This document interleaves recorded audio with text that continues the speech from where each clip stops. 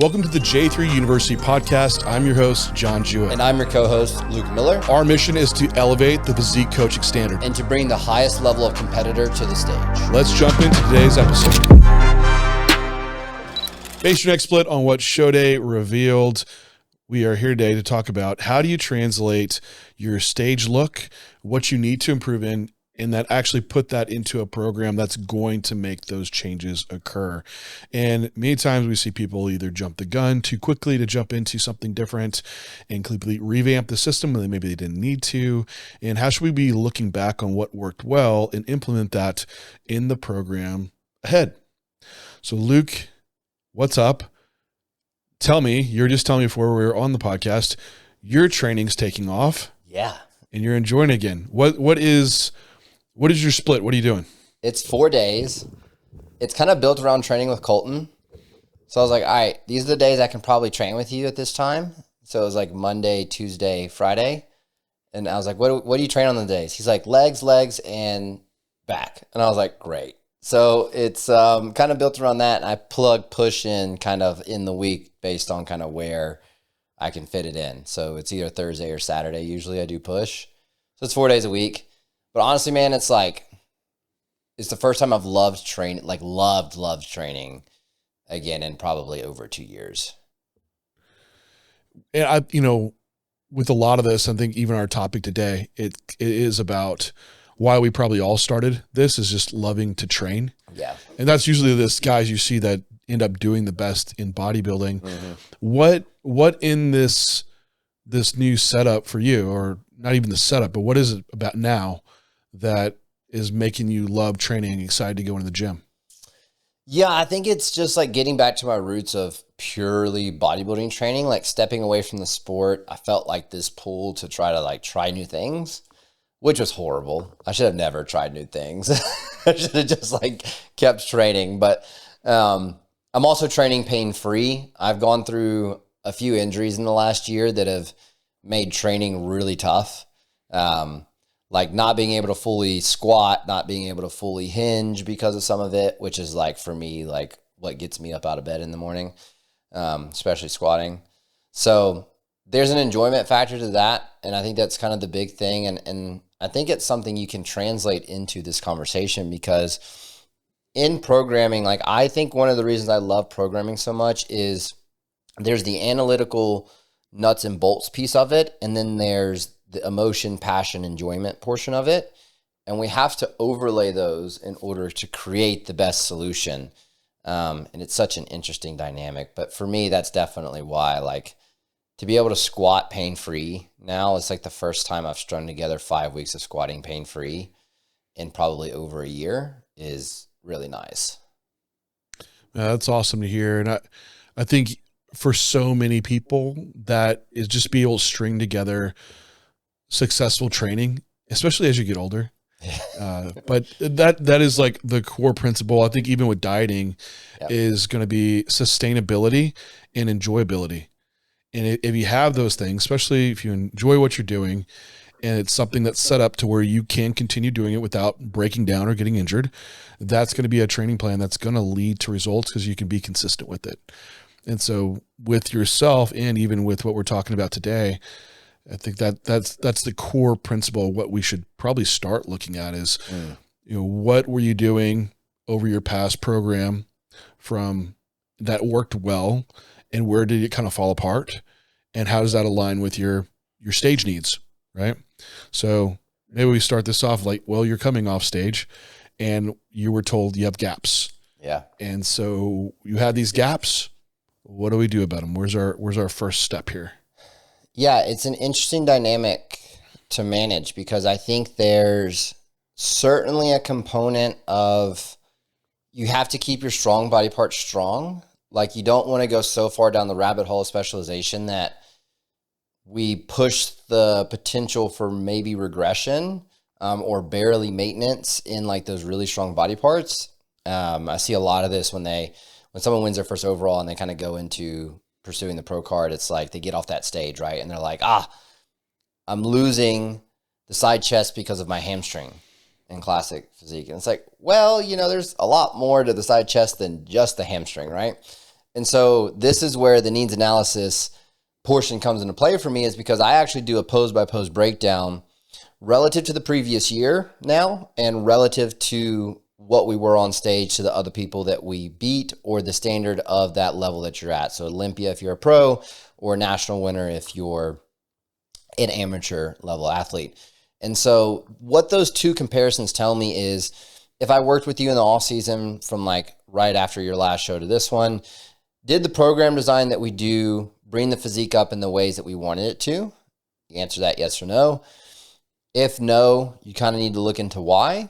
Was there injury profiles? Was there anything that could have prevented that? And then secondarily, I confirm this with, are we moving the physique in the direction of being more competitive or not? And then that's kind of when we start to review like what was done over the last year. And really, I think we need to start with what can we pull from the previous year that worked, rather than starting from a blank slate when you've been working with someone like this, in my opinion.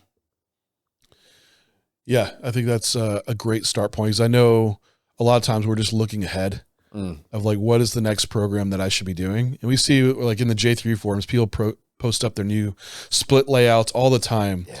But you never see what they were previously doing and how that was working. Yeah. And that is such valuable data to have. And I think that is a good takeaway for people, is that you also to not be changing your program so often that you can't pull away something from that to be able to assess. Like, you need time for this to work. And for many of us, especially listeners, that you're likely in that intermediate phase where it's going to take a while to see a program kind of play out in the results that it produces.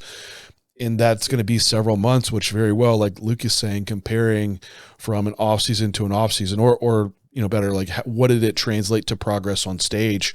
So you can see that kind of change. And maybe the stage shots aren't necessarily the best ones, because stage shots vary, right? But maybe you have your same setup, home setup, and same phase and body fat that you can compare to and be like, oh yeah, man, my back really came up this past year, but this body part didn't. And then you can look at, oh yeah, well, I was doing 30 sets of back. Maybe I don't need to be doing 30 sets of back now. I can back down to 20. And man, my side delts really didn't move much. Oh, well, I was only doing 6 sets of side delts, and they were at the end of push day. It's like, all right, so where should we move some volume around here? And that's the example of how you should be thinking about looking at your physique across months of time, looking at your program of how the volume was set up, and where you might consider reallocating it. Now, with that being said, if you are beginner, intermediate, but hell, even advanced, it's not also just about shifting volume around, because that is like the nuts and bolts on paper of programming. But there's also, I like to call it the art of training, or just what is the quality of that set? Yeah. If you want to get more in an analytical side, how are you applying that tension within the set? And is it quality? Because just because you're doing only 6 sets of side delts, maybe it was a really shitty set of side delts as well. So, could we improve the exercise choice and the loading profile? Also, like Luke mentioned, were you running into injury issues, or, like for myself on side delts, like my forearm gets beat up if I'm doing dumbbells or cables and things. So it needs to be like a lateral machine. So that's like a limiting point for me. Or maybe you did get injured, you tweak something. Like, why did that happen? Is there a movement pattern that we need to address, or some type of dysfunction?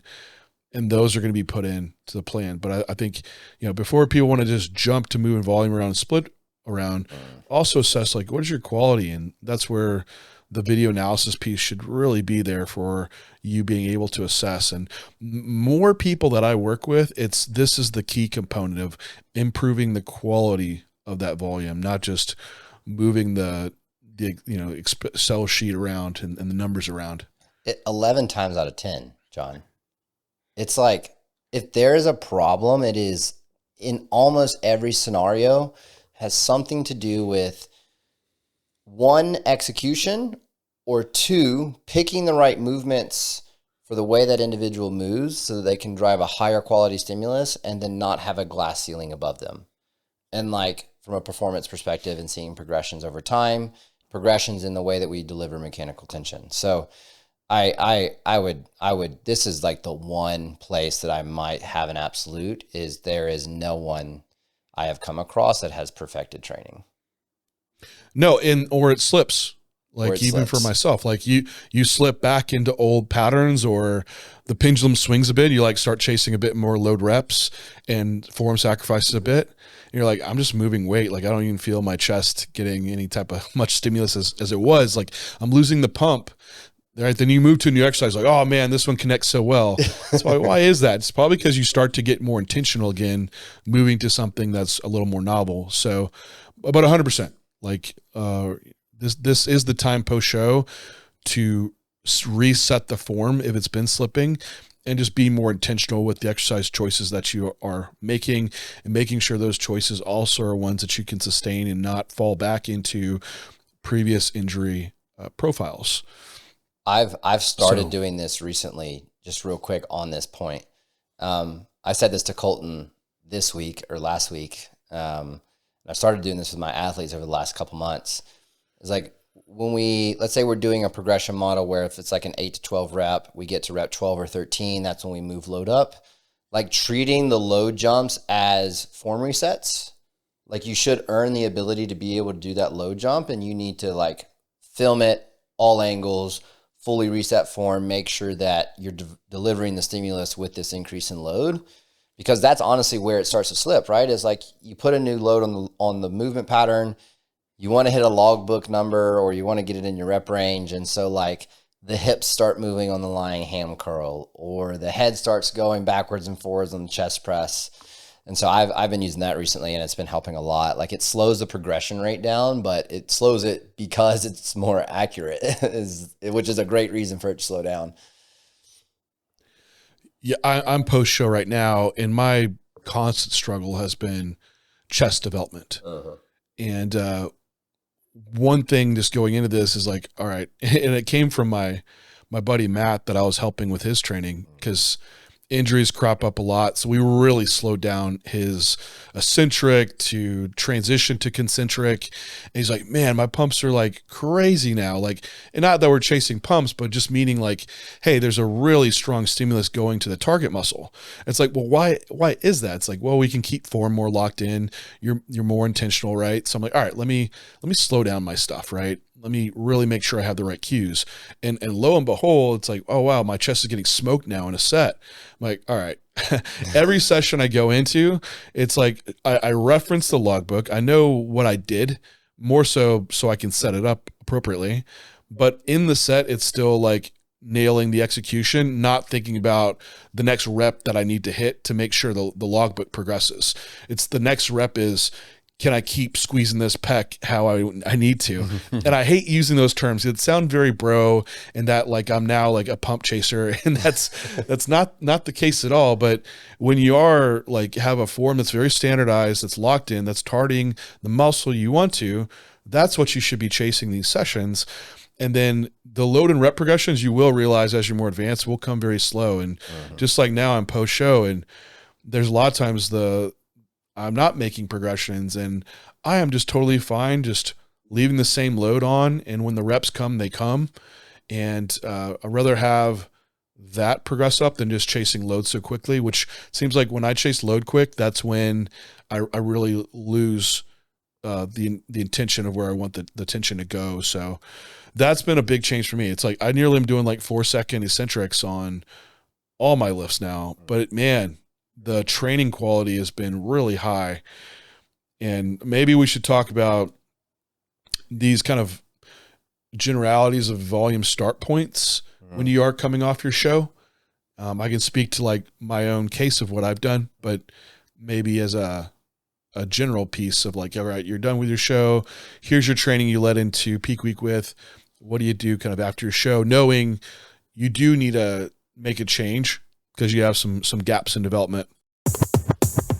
Thanks everyone for tuning in to today's podcast. Are you struggling to hit your peak on show day? Feeling lost in the offseason? Upgrade your coaching game with J3U University. Our program covers everything from offseason to contest prep to peak week, all based from real client results. Along with our comprehensive physique curriculum, you'll also get access to our 4 rooms with our J3U team to answer any questions you have, and live Q&A sessions to further your coaching and athlete experience. We are the source of education for top IFBB pros and coaches. Join us to elevate the coaching standard at J3 University. Let's get back to today's podcast.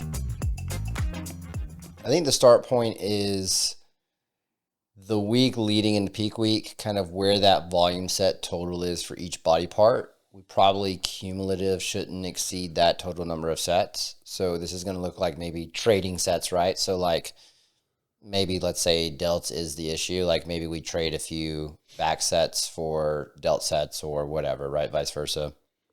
And so we do those changes according to the order of priority, which if you guys have been through level 1, you've seen how I build out an order of priority on a needs analysis. But that's kind of like step 1. And then step 2 is I just don't like massive increases in frequency. A lot of injury profiles crop up with frequency being too high and sustained for too long.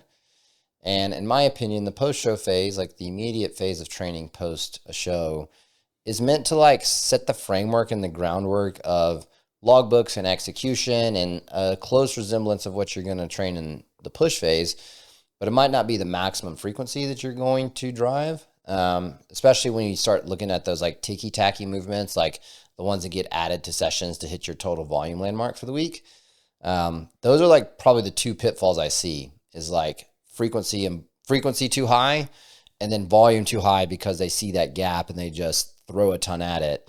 So my start point is always reference the training leading into peak week. That's going to be pretty close to my start point from there. And I know that it's a safe start point because they should have been recovering from it leading into peak week. Now, the caveat is like picking someone up from a different coach. That might change it a little because there's recovery metrics you would need to discuss on how well they're recovering at that point. But yeah, that's typically going to be the start point for me. Yeah, one key thing you said of like, if I had someone that like, where do I start with training this week that they just came off a show? And I was like, well, I know your past split you were recovering from. And now that we have more food and sleep is improving, like it's like a safe spot to start with. Mm-hmm. So like post show, like what you're leading in a peak week, likely we could just start there. But that first week is still like, let's film lifts. Let's make sure we're doing form resets. Mm-hmm. I usually tell people keep like a rep or 2 in the tank to make sure you can put priority on the form reset that takes place. Because just like you said, people are excited to go train and just slaughter something. And with like, or even more volume or the effort's really high, then they're just tanked after that. And I just go back to this thing of like, why the post-show immediate is not like the optimal time to grow for many. It's so easy just to get tanked hard, especially if you've been digging down for a show. But I digress. With the that aspect, that could be a start point. Or if you had someone that likely that they came from another coach or something, they had a split design, it's usually, hey, laying them into straight sets, make sure that's there, then adding in the rest day. So if they're running something like push, pull legs, like, all right, let's do push, pull legs off. Mm-hmm. And then we shift that frequency apart so they have more recovery between sessions. And that takes care a bit of the total weekly volume and giving them that extra rest day that they probably need.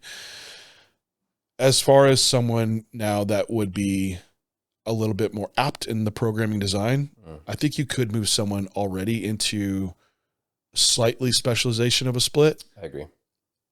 Yeah. But set up, like you mentioned, that they're not exceeding the total volume of what they were doing leading into the show.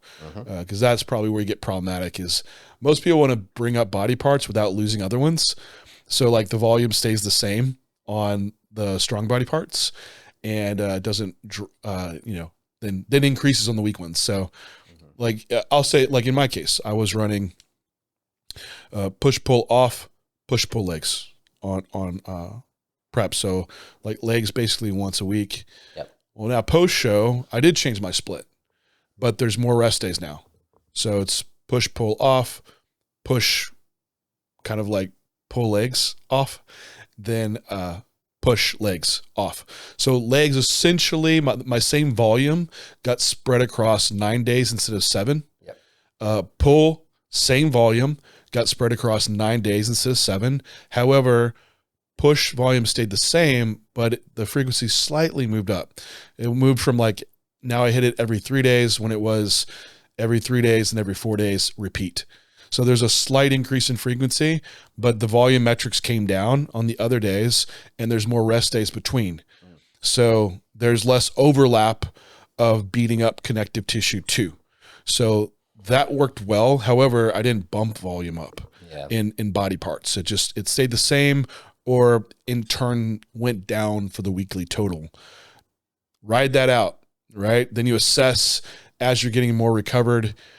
And I'm more apt to hold that all the way to post show once you're done. And then if you're bringing gear up, because I made this mistake, is gear goes up, strength goes up, all good at first until you get really strong. Then if you've had increases in volume at the same time, it all leads to like a stalemate of like breaking or just being really fatigued. So I would probably ride that out for a good period of time and like have several weeks before you're like assessing to make increases. But it kind of treks back to our previous point of that when gear goes in, people are excited to like get strong. And I'll admit I'm guilty of that too. So likely, hey, back to our first points, like video your lifts, earn the right to increase load progressions, and more so make sure you're standardizing your form and putting tension where you need it to. And likely you'd be less likely to run into those problems like I have in the past. Yeah, 100%. I think people tend to forget that it's an environment of volume going up anyways because the progressions are going up. Like the amount of work you do in a session is a measurement of volume, right? And so volume load. Yeah, volume load. So it's like when you plug in all these variables that like are going to push your lifts up, it's like, okay, you're taking a volume jump in and of just doing that. Like just ride it out for a bit before you start pushing it. I really don't start plugging volume progressions in for most people outside of my like really adept people that like reporting and tracking, like probably 3 to 5 weeks into that off season phase, probably closer to the 5-week mark in the off season phase, because I know where people can go if it goes in too quick. Anything you want to add on like kind of the ones that are already running specialized splits? Because it's almost the same principle, but maybe you want to touch on it. Say you have a wellness girl that's training legs 3 days a week and one upper session from prep into post show. Is there a adjustment you make there? It's kind of the same principles though, would you say? It's almost like I find these easier than the other. And the reason I find these easier is because you know what the problem is, or you know the problem you're trying to solve. And if what you were doing made massive improvements from, show before the prep you just did and the prep you just did, it's like, why would you not set up something that is extremely similar and you know you're going to push forward? Like there might be small adjustments. Like think of someone like an Emily King, right? Like she was training upper leading into her pro qualifier when she won her regionals and run her pro card. And then the season between winning her pro card and stepping on the pro stage, she trained upper like 3 times that entire year. Like those are the small things that might change, right? You might just pull more from the weak body parts or things that aren't needed and put that back into the sessions that are the biggest priority, especially in specialized classes like bikini and wellness. But those to me are the easiest because it's almost rinse and repeat. Like, yeah, some movements might swap here and there, but honestly, like if you're progressing something and you get a really good stimulus out of it, why would you seek to change something that's providing a growth stimulus so well? Other than novelty, which then starts to get into the dynamic of enjoyment versus progress, right? But that's kind of my view on it. I find the specialized ones easier because it's almost like as long as it moved the needle at the rate we would expect to, like just kind of double down on it. Go on something you said around enjoyment, because some people are like excited to get back to certain lifts. Are you okay plugging in lifts that you know like might be more precarious in the post-show phase? I don't want to like overstate fatigue because some people are like most people are. If you've been running like a squat throughout, you just start it back up, or it's just built in with a progression in place that's, okay to manage. Is there anything that you don't do or you're okay doing in certain instances with, I don't say ever they want to do a hip hinge or whatever? I don't think the movement's the problem. I think it's how we approach the movement usually. It's like if we're going in with like nose torque and like, yeah, I'm about to rip this thing off the floor and just like shake for the last rep. It's like, yeah, that's probably not a great way to approach reintroduction of an RDL. Like if you're week 3 in a program design doing this, like that's a problem. But no, like especially my more advanced athletes, like they've got a level of maturity with training that they can be objective, where if I am reintroducing something, they know kind of how to approach 1 to 2 reps in reserve in week 1, slowly progress that up and be patient with those progressions in the first few weeks. I might even, and I've done this a lot recently, like deprioritize the movement for a couple weeks. So like put it after some pre-exhaust work so that load's not the issue, but we can train the neural patterning and like the skill acquisition of relearning how to, do a Smith machine squat or whatever that might be. So no, I don't ever think it's like movement restriction. I think it's more like, how does the athlete approach that movement outside of like, I'm not going to deadlift someone off the floor, but that's just not really going in many hypertrophy programs in the first place anyways. Yeah.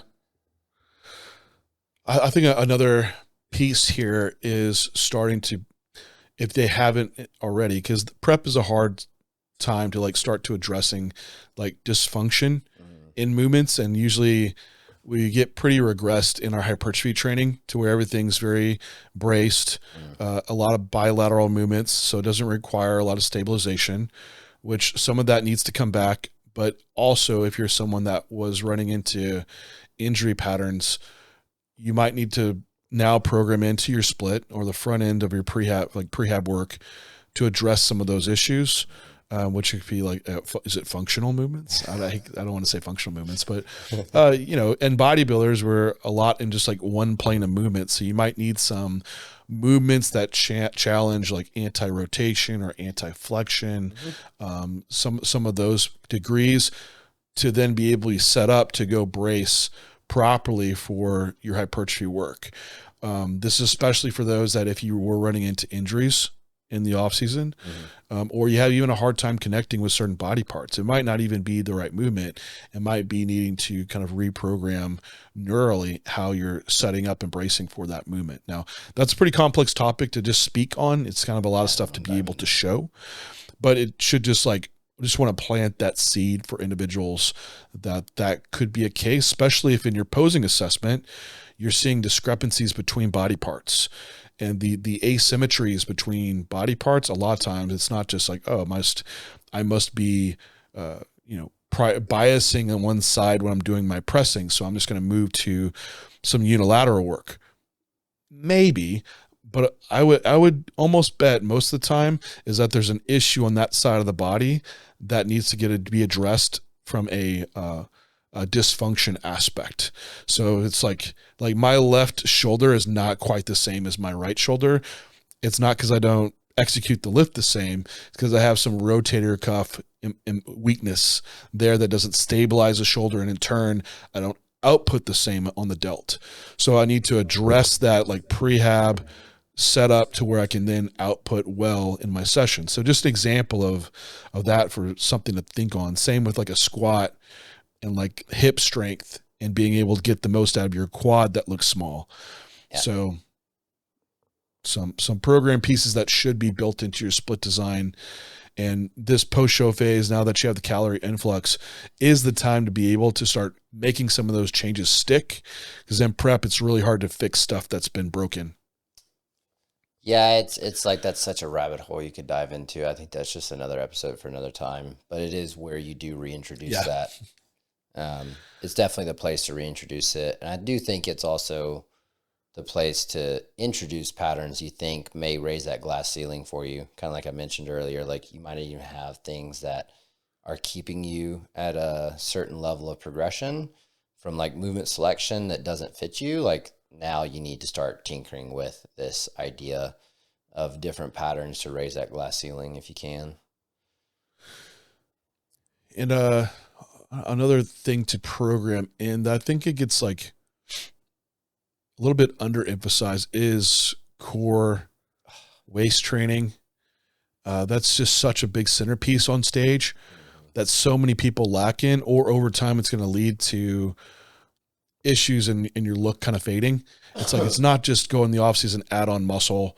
Like, you need to keep your aesthetics. So continuing to do like built-in abdominal training, like vacuums and things like that, of course, that fall off easy in the off season, but then also being able to train bracing of the core. And if you need development of the core, doing that as well.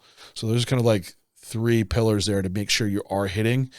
And I feel like the old school bodybuilders, they like really hit a lot of waist training as a big emphasis. And I don't know, you don't really hear it talked about that much, but just see like guys get easily beat just from having poor waist control, or it's kind of like going one off season. Being able to control it on stage is huge. So keeping that in the off season, I think, is very important. And yeah, absolutely.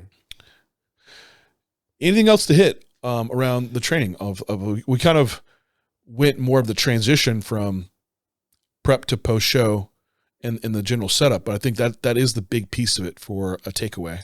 It's just how you do it well. It's just like, when in doubt, go towards quality as the summary, like the quality in your rep execution, the quality in the volume that you're performing, the quality in the way that you recover between days, I think is a big thing. Like we didn't even touch on that. Like, the rest days are there for a reason, right? Like, people love to do their mobility activity, extra fluff session, like, go in the gym, do something. It's like, man, recovering hard is a part of training hard too. I think it's just, when in doubt, go to quality. It's so easy to, it's like, yeah, we have the enjoyment, emotional aspect around training.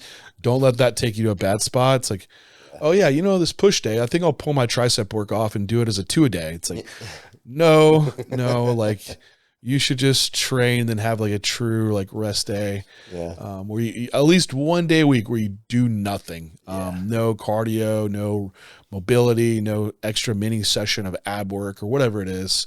So I think it's something that could be definitely underthought on in the off season, is the recovery piece. So you can't just out train poor recovery at all. No. But anyway, guys, we'll wrap it up there. Next week, we're going to cover the coaching mistakes you don't know you're making. It'll be more so judging around flat versus full versus what someone looks like if it's just fatigue, and what to do about it. So anyway, thank you all for tuning in, and we'll talk to you next time.